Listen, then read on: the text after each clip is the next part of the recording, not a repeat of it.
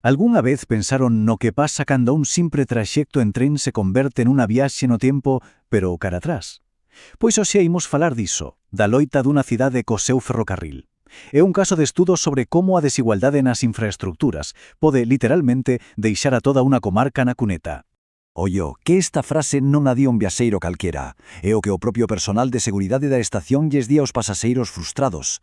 Unha frase que resume a perfección o caos e a desesperación do día a día. E para que vexan ata que punto chega a cousa, miren isto. Unha viaxe que sobre o papel dura pouco máis de unha hora, pero que na realidade se pode converter nunha odisea de casi 3 horas e media. 3 horas e 21 minutos para facer só 69 kilómetros. É incrible. Entón, a gran pregunta é, por qué?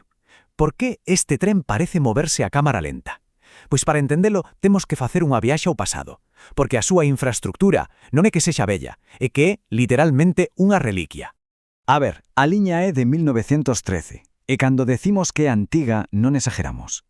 Ten vía única, non está electrificada, e o mellor de todo, aínda tenen uso as travesas de madeira orixinais. Sí, como escoitan, pezas que deberían estar nun museo, non soportando os trens do século XXI. E o do progreso, ou a falta del, é para analizar. En máis de 40 anos, a viaxe só se acurtou 9 minutos. 9, e non porque as vías mellorasen, senón porque os trens son un pouco máis modernos. As vías, esas siguen ancoradas no pasado. E claro, este problema non é algo illado. Cando poñemos a liña de Ferrol en comparación co resto de Galicia, a imaxe que queda é a dunha fenda enorme, unha desigualdade tremenda dentro da mesma comunidade. Os datos falan por sí mesmos, son demoledores. Ir da Coruña a Vigo, que é casi o dobre de distancia, leva prácticamente o mesmo tempo que ir a Ferrol. E ir a Ourense, que tamén está moito máis lonxe, leva incluso menos. É un paradoxo que non hai por onde collelo. Se o poñemos en termos de eficiencia en minutos por quilómetro, a diferenza é abismal. A liña de Ferrol tarda o dobre, literalmente o dobre, que outras rutas clave. É como se en Galicia existisen dúas velocidades, a do século XXI e a de principios do século XX. E aquí chegamos ao nó da cuestión.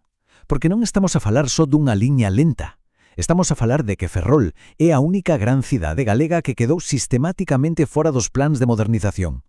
O resto avanza, pero Ferrol queda atrás. E claro, un tren non é só un anaco de metal sobre unhas vías, é un termómetro, un indicador da saúde económica e social de toda unha zona, e as consecuencias deste abandono, como se pode imaginar, son profundas. Temos dúas cidades veciñas, A Coruña e Ferrol, que viven en realidades completamente opostas. Mentres unha está en pleno boom, a outra enfróntase a un declive que parece non ter fin.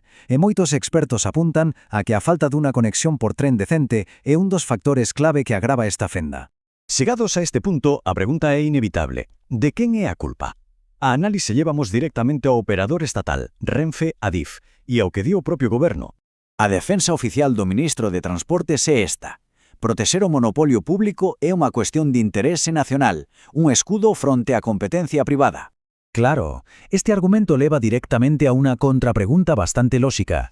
De acordo, pero e quen protexe aos cidadáns? Quen protexe a xente de Ferrol, que sofre cada día un servizo pésimo? Aquí é onde a historia se volve aínda máis frustrante, porque non estamos só ante un problema de falta de cartos. Estamos atrapados nun paradoxo, nun círculo vicioso do que parece imposible sair. É a pescadilla que se morde a cola, un clásico. O servizo é tan malo que, lóxicamente, a xente busca outras alternativas. Como case ninguén o usa, as cifras din que a liña non é rendible. E como non é rendible, pois non se inviste un euro en mellorala. E así, volta a empezar o ciclo de abandono. E todo isto lévanos a unha reflexión final, á pregunta fundamental de todo este asunto. Cal é a verdadeira finalidade dun servizo público? Debe medirse só pola súa rendibilidade económica ou o seu deber é xerar oportunidades e cohesión para todo o mundo?